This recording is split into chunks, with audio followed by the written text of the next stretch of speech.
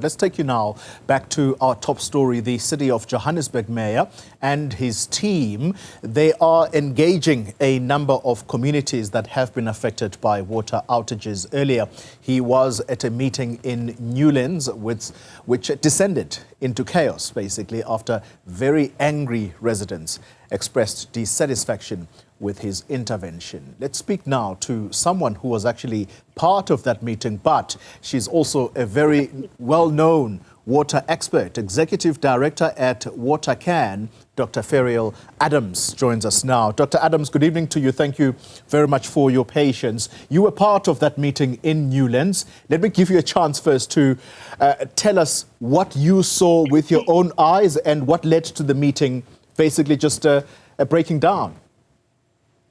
So I think that what I saw was people from Claremont, from Newlands, who were very angry. It started out with, first, there was a misunderstanding, and the mayor was meeting councillors first and wouldn't allow people in, so people got confused. But when they did get in, they were willing to listen. They were willing to hear what the mayor had to say. But you know, him saying that there'll be 15 trucks and the issues will be solved in 7 days. Many people didn't really believe that. Also, the other issue is that there wasn't enough time to actually have more discussions with people. So they had one round of questions and then they opened a short round, but then he left and he was leaving. So people still had more questions. They didn't feel that what they had asked had been dealt with. And so I think that was what really got them angry. And the thing is this, is that many of our politicians, they make promises, but there's no, and this is actually one of the community women there said, these are just empty promises, because there's no accountability and nobody holds them accountable if they don't do what they need to do. Yeah. And hence the question was, will they resign if he does not achieve these commitments that he's making to people? And I suppose that was the moment that potentially led the meeting to descend into chaos. Dr. Adams, I can see you're struggling. I think you want to cough or something. So I want to talk over that so that you're able to just regain your strength. But while I do that, Dr. Adams, there is based on what you heard from the team in Johannesburg, there is this commando system, okay? I listened to you a few days ago talking to my colleague, Stephen Crotus, and you said Johannesburg's reservoirs are full to capacity, but the city, including Joburg Water, they've got to explain what exactly is the problem with the system that's feeding these communities that are starved of water. What's your clear understanding? Is it the commando system that is problematic here? No, it's actually more than the commando system is a problematic system, but the issues of water is across Joburg. And the part of that is our reservoirs are not full to capacity. Our reservoirs are actually quite empty. Half of our reservoirs are actually leaking. And in the commando system here in Claremont, Coronationville, Hurstville 1, which is the reservoir that is supposed to be feeding those people, is so badly cracked that they have to bypass the reservoir. So basically, the community is being fed water directly from the Iconov pump station. So until that is fixed, these issues are going to go on. You also have Hurstville 2, which can only fill to about 1.2 meters of the reservoir, which is only about 40%. That reservoir feeds Greenside, Emerentia, Park, I think parts of Parktown, maybe Westcliff. It's a large area, Melville, I think as well. But that Joburg Water and the city of Joburg have known about the fact that we have half of our reservoirs are leaking for more than 2 years now.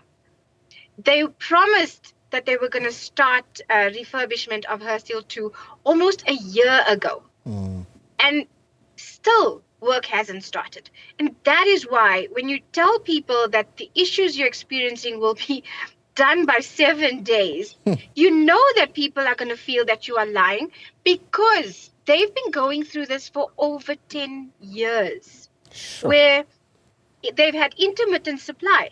I mean, people listen at the middle of the night when they hear water going through the taps, they get up, fill the bucket, and then go back to sleep. Dr. Adams, let's conclude the conversation because I don't want you to sit in the car for too long for safety reasons. Let's then talk about what the Director General said to us yesterday, and that is that perhaps a solution is to allow Johannesburg Water to operate as an independent service provider. So independent, I suppose, is he saying independent of Rand Water? And if that is the suggestion, do you think Joburg Water will be able to handle this? Because at the core of the problems here clearly are infrastructure problems. Yes, I mean, I think that he's not saying independent of Rand Water, because Rand Water is your bulk supplier. So you're saying almost forming an ESCOM type entity at a local government level. And I think that there are some, I can understand why he's saying that. I can understand that because of the issue of City of Joburg putting money in Joburg Water's account, but then taking it back and then, you know, moving the money around as if it's some kind of a chess piece or something.